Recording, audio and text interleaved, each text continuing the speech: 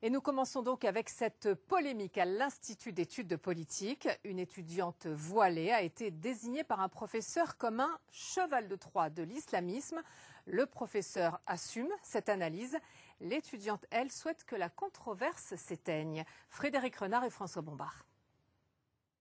Elle est au cœur de la polémique et veut garder l'anonymat. Cette jeune femme voilée, étudiante en sciences politiques, s'est vue apostrophée en plein cours d'histoire par son professeur.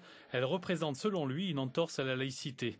Le port du voile est toléré en université, rien d'illégal, mais cette altercation a créé beaucoup d'émotions au sein de la noble institution. Il y a un débat de fond là-dessus, c'est sûr, mais la manière qui a été employée était inappropriée. Ce n'était ni le lieu, ni le moment, ni l'endroit.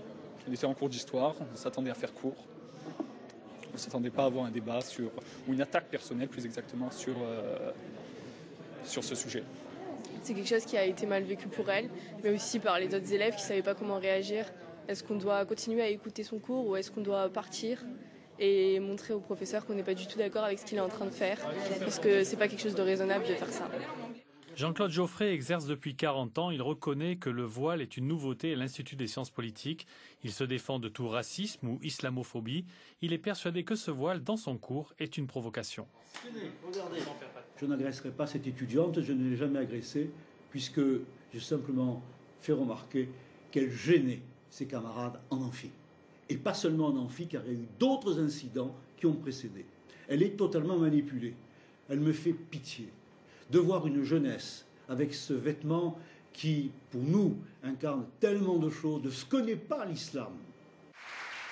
Un amphithéâtre plein, mais cette fois-ci, comme orateur du cours, le directeur de Sciences Po. La volonté, c'est de désamorcer la crise. L'idée était que cette jeune fille vient normalement en cours. Elle mérite, puisqu'elle vient de l'égalité des chances et qu'elle a passé un concours difficile. Donc il faut qu'elle fasse sa scolarité à l'IEP dans les meilleures conditions.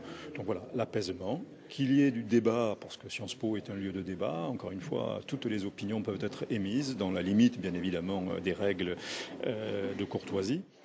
L'affaire n'est pas terminée. Vendredi, un conseil académique composé de représentants de la direction et de professeurs doit donner un avis sur ce débat de société. Un des faits marquants de la journée du 18 mai est l'arrivée de délégations de femmes musulmanes sur le forum.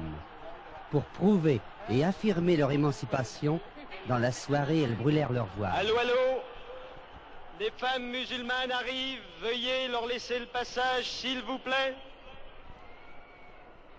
Cette manifestation est en leur honneur, laissez-les approcher au premier rang.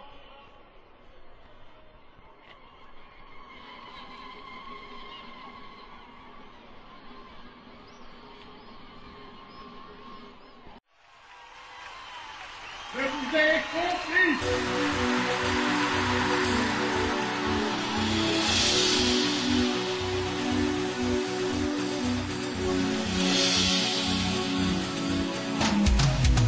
La veille, on avait peu dormi sur les terrasses devenues folles. Concert d'espoir sur nos casseroles, les familles s'étaient réunies. La nucléaire bruissait de rumeurs, tandis qu'on découpait fébrile des bouts d'étoffe bien trop fragiles qu'on assemblait en 3 couleurs. Moi, j'y étais.